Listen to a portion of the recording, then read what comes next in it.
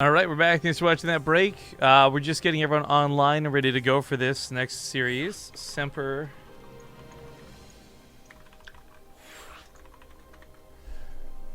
But, okay, good. Neeb came with us. Yep. And my teeth still hurt.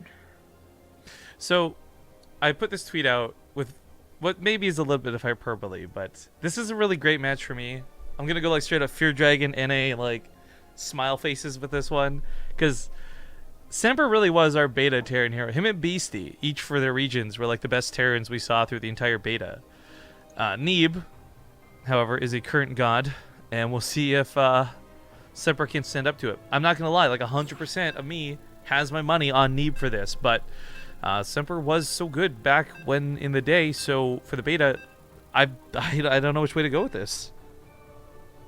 I think safe money says Neeb, though, every time. Yeah, I'm going to go with Neeb 2-0. And then I don't actually know if our mods are awake, so I'm going to have to go do the bets really quick. So 1 sec before we do these intros.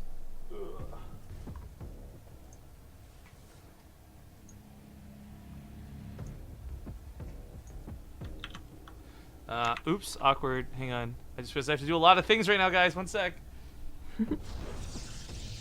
Okay, so I missed the ad break. You guys probably heard ads. Talk for a second about what the match is.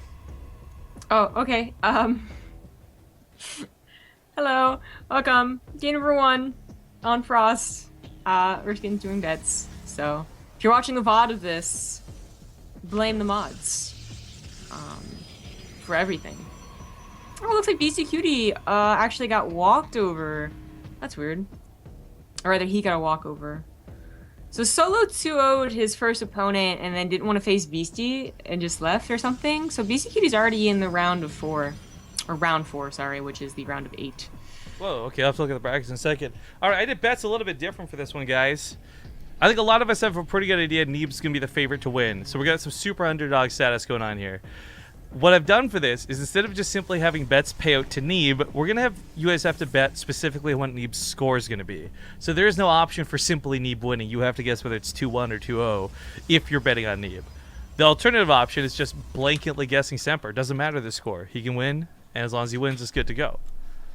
So it'll be kind of interesting to see. Anyways, we're back in the Corsair Cup. Sorry for the hiccup. Spawning in the top left side of the map, we've got the blue Protoss Tings Neeb. In the top right, as the purple Terran, he is Semper. I gotta go look at that bracket you're mentioning, and I see that, yeah, so I guess Solo maybe just didn't show up or whatever. Oh, can you message Olivia, please, and tell her that if Beastie plays versus Snoot, we need to hold that and cast that? Okay, I can do that. So, I'm sure we'll have some time before it comes down to it, guys, because Snoot's playing versus Matisse right now, and actually Matisse may even take on Snoot. I don't know, but just a quick note, we will try and catch that series next, should it be BC versus Snoot. My only other option, I would say, that looks just as good, I want to see Euthermal versus Strange or Euthermal versus Guru in round 4 as well. But let's get a little ahead of ourselves. You guys are watching the Corsair Cup. Thank you all for tuning in. And again, thank you to Corsair for making all of this possible. They give us, they really do spoil us. They give us all this awesome gear. They've given us these hoodies now, which you can't even buy. That's so sweet. We're special. Oh my god, I just realized we're wearing their version of a Partouf. Or their version of a jersey. Okay, well, you can lame it down if you'd like, whatever. I think the jersey's cooler. Whatever. Yo, sick shout out to Zombie Grub's middle nipple for the 13-month resub. Of all the names of all the people and all the places, you had to pick her middle nipple. Well, you know. No, I don't know. Would you like to elaborate? I always think, whenever I read that name, I just think of like a skin tag or something in the middle of your chest. Like, it's gotta be so nasty. Oh, I think of Chandler. Oh, okay, that's the direction you go to. So, like, yeah. It's like, it was dealt with very early on in Friends, so some people didn't watch like the first like 2-3 seasons of Friends don't know this, but like, Chandler has a middle nipple. And I forget why it came up. I think like Ross had like a weird like skin tag or something, but anywho. Okay, so Neeb, by the way, not too shy about putting down extra gateways, but does it in a very interesting way where Semper, like, even if he scans, he's not going to see those. So this is actually a blink all-in coming down on Frost. A little bit of an old school build, but I hesitate to really, I guess, dedicate to calling it an all-in. It looks that's the direction it's heading, and there's no reason extra gateways shouldn't come down. And there's the scan. It's going to see research going and probably assume it's resonating glaives, because that's what it looks like. Yeah. But it's not really. I mean, Frost does have the same kind of benefits of, let's see here, Frozen. There we go. So they look the same and they have the same benefits, where you can just do a blink opener into macro. I mean, bring that build back, right? And it's a pretty good one.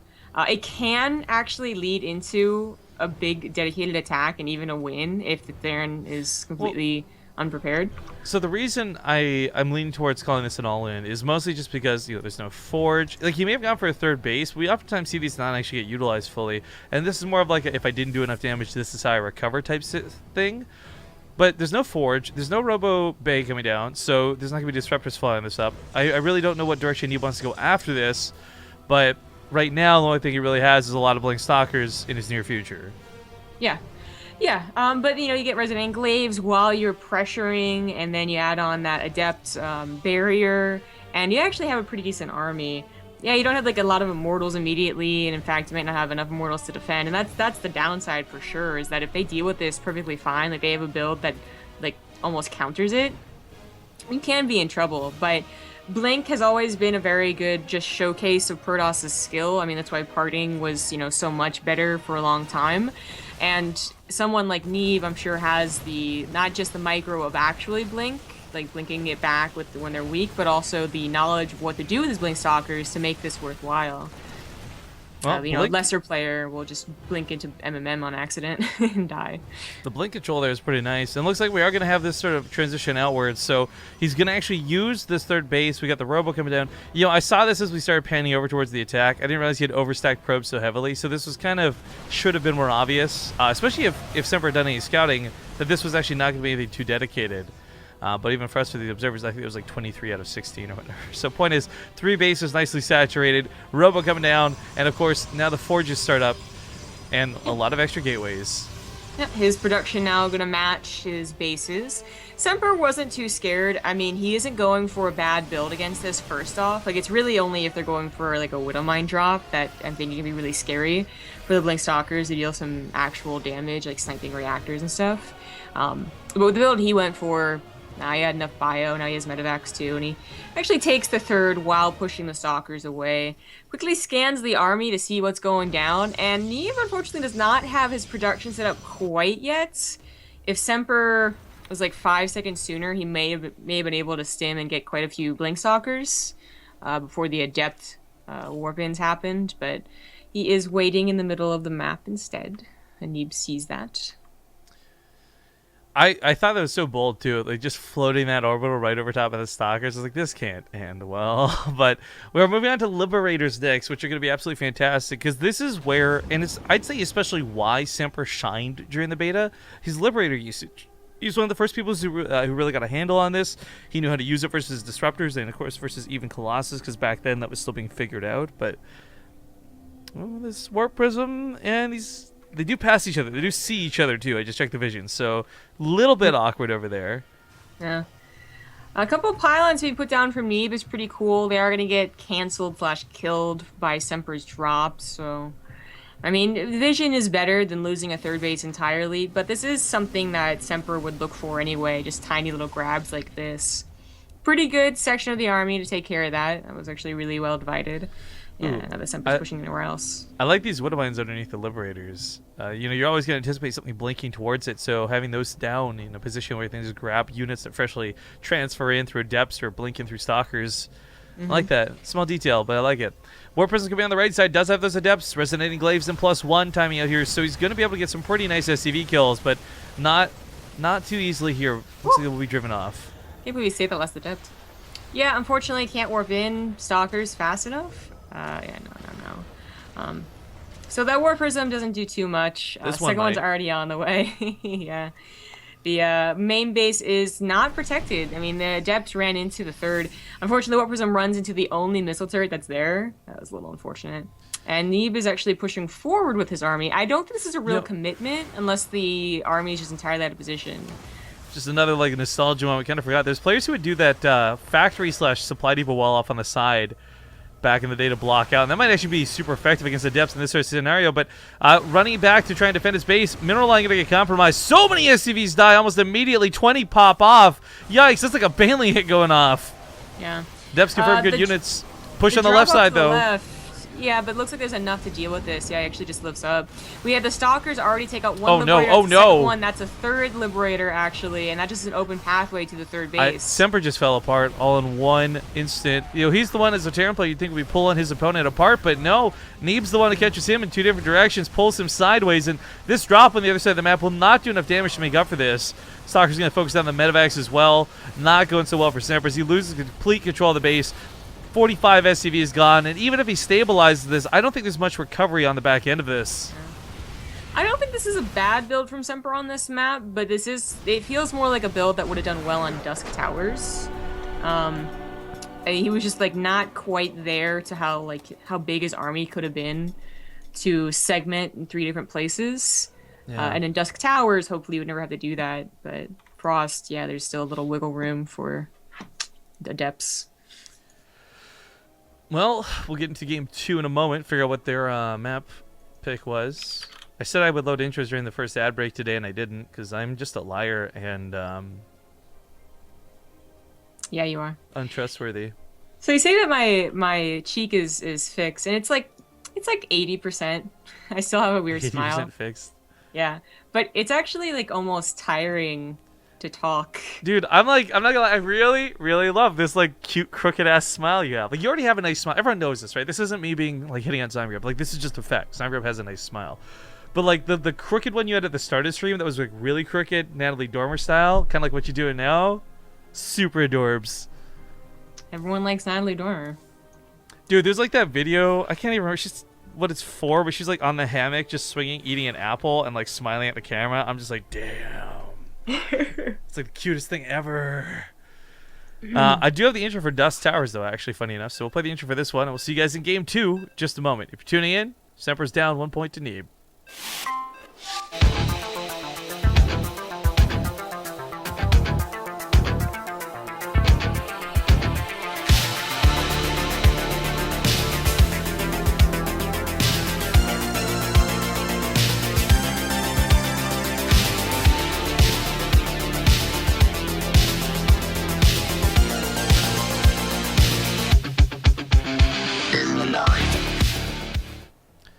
Alright, welcome back to the Corsair Cup's black screen. There we go. Welcome back to the Corsair Cup. We are at game number 2 in this best of 3. Let me swap that out because it is 0-1 for this guy. In the bottom left, it's going to be Team Gravity's Purple Terran, Semper. The top right as the red Protoss, he's Ting Neeb. So it's kind of interesting. I think you just mentioned like that build may have looked better on a map such as this one, for example. Mm-hmm.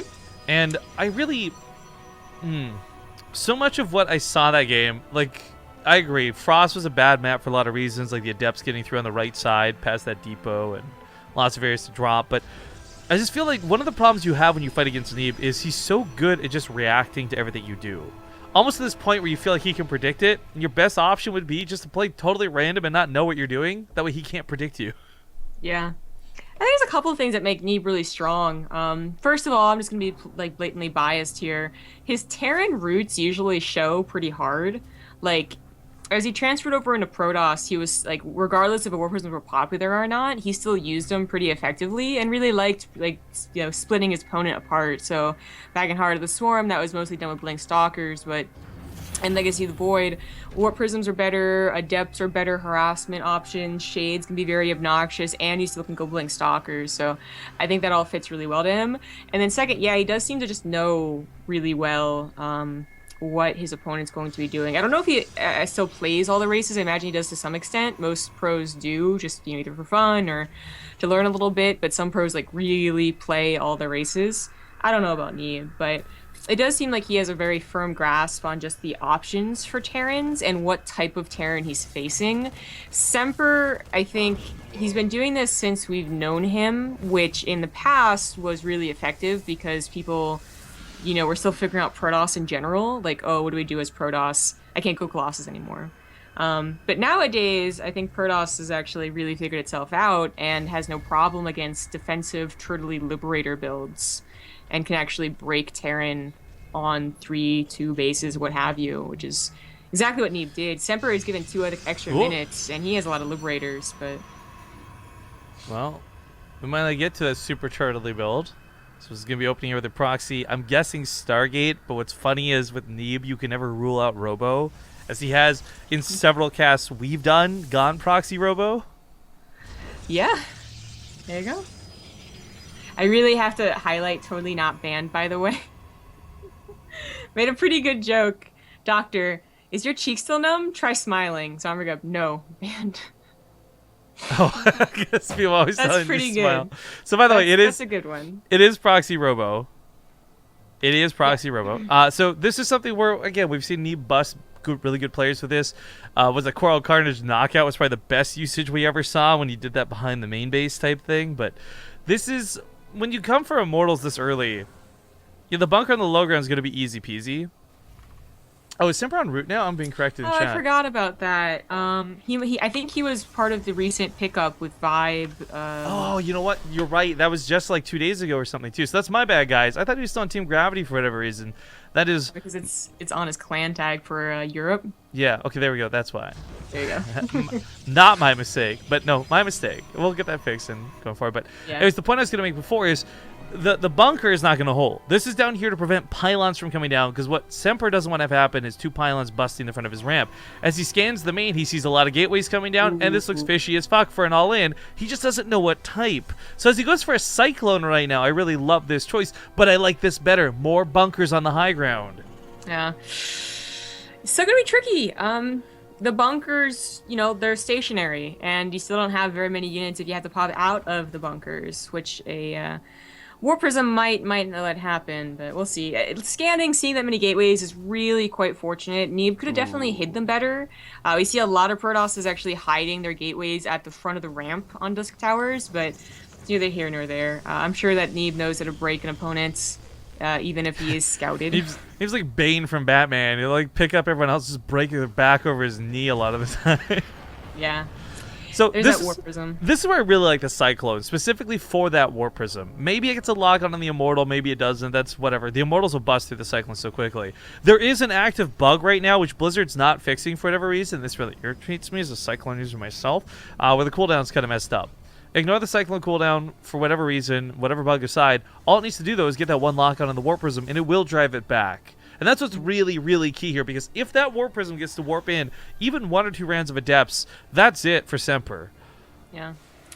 The Immortals can bust through stationary tanks. They can bust through bunkers. They can also be picked up, as soon as their shield gets taken away. Love this tank setup. Maybe that'll help out a little bit as he puts the Liberator on that high ground, but the Adept's not going to get through. Really unfortunate. Nothing shooting that Warp Prism. Nothing in that bunker. He does manage to wall off and keep these from transferring to the natural. Yeah. He's got 3 command centers. He can pull and lose SCVs, but he can't afford to lose these tanks. So valuable, so important as he tries to out-micro the Immortals. Proven to be tough. Does pick up. Semper's control really not too bad here, but Neeb's is just as good. Yeah. This is still pretty close, because the Warp Prism still alive means that everything is a lot more complicated. Adepts just, they'll one of the Immortals goes down. That's pretty important. The other tank just getting a lot of splash damage on all the Adepts, and I think that Semper has done it. And I mean, a big part of this too is he's still got 25 SCVs coming off the back end of this. He's got 3 command centers, and he maintained the natural base mining consistently while all this went on. Is Neeb out of the game for failing this? No, he definitely did some adequate damage, but this wasn't the kill move he was looking for with this all in. It actually... Yeah, I mean, killing, ending the game, obviously #1 goal. Killing, I think, more than just 21 workers, also a secondary goal. I think, like, he wanted 30, and maybe 21 and the army. And he didn't get the army with this. There's no pylon set up for this Liberator. This should be able to get some good denial of mining, if not some probe kills here in the main. Mothership Core, I didn't even realize, was skipped for this build, so he doesn't even have a Photon Overcharge, should it have been in position anyways. Yeah, that is a lot of denied mining. Now, Semper, he's got to take advantage of this momentum here, but unfortunately, without stim and combat shields, it's always going to be not exactly risky to move out, but just never ideal to move out without it. So I can find I love that. He actually target fired down the probes instead of the stalker. It's kind of cool to see. A little bit of income spike there for him, but not by much. We'll see if this gets him back on track. He's caught up in the workers already. 42. He's got a lot of Marines. However, no stim, no combat shields. Right. This is going to make a push out just a little bit more complicated, but the thing is Neeb doesn't have Blink. And without Blink, he doesn't really have control over the map. Without that, Semper's tanks should be able to get up nice and cozy against Neeb's third base. Potentially, yeah. I kind of actually wish he would push. A big part of this is knowing that you fended off your opponent's army through that all in. They're going to have less army for it. But it looks like he's trying to play the macro game, and I think this is a big opportunity miss for Semper. Because even if it's not dedicated to killing a third, at least knocking down the robo and delaying tech or something. I definitely agree. I think it is a big problem. Because, I mean, the tanks, they can be microed to their heart's content without that Blink, without, Phoenixes, and they could have at least, targeted down the sentries, the adepts, but now Neeb is getting away with a lot of macro. Well, and the problem behind this, too, is Neeb's already got production through gateways. He already has a ton of gateways in play, and this Marine's going to scout a small army, which will then trigger the army of Semper to move out, but it's almost too late. He should have been moving out forever ago. So Neeb's going to have plenty of time to warp in these units, and whereas before he had, barely 23 supply, now he's on 47. Give him that cooldown on the gateways, that'll jump up to 60 pretty easily. A lot of adepts are going to get warped in. It's still a grand opportunity for Semper, and now he does have stim, and he's going to have combat shields eventually. So timing not entirely missed. Had he been more defensive, then it would have been very bad. We'll see how well this goes. It's still going to be tough to get concrete damage done here. What I really like, though, is this adept transfer. Okay. One of the things he could have done, too, in a worse scenario for Neeb was camp this cliff, but Neeb actually didn't build anything close by, so there's no threat in that regard. Marine's going to catch this pylon and take that down as he falls back from the front lines. Oh, free medevac! Free medevac, no! Yeah, that's nice. As long as the adepts are in front of the tanks and grouped up, those tanks should provide a lot of splash damage. If the adepts ever get onto the tanks and the rest of the army fights, the Marines and stuff... Get that warp prism! That's a freebie! It's a freebie!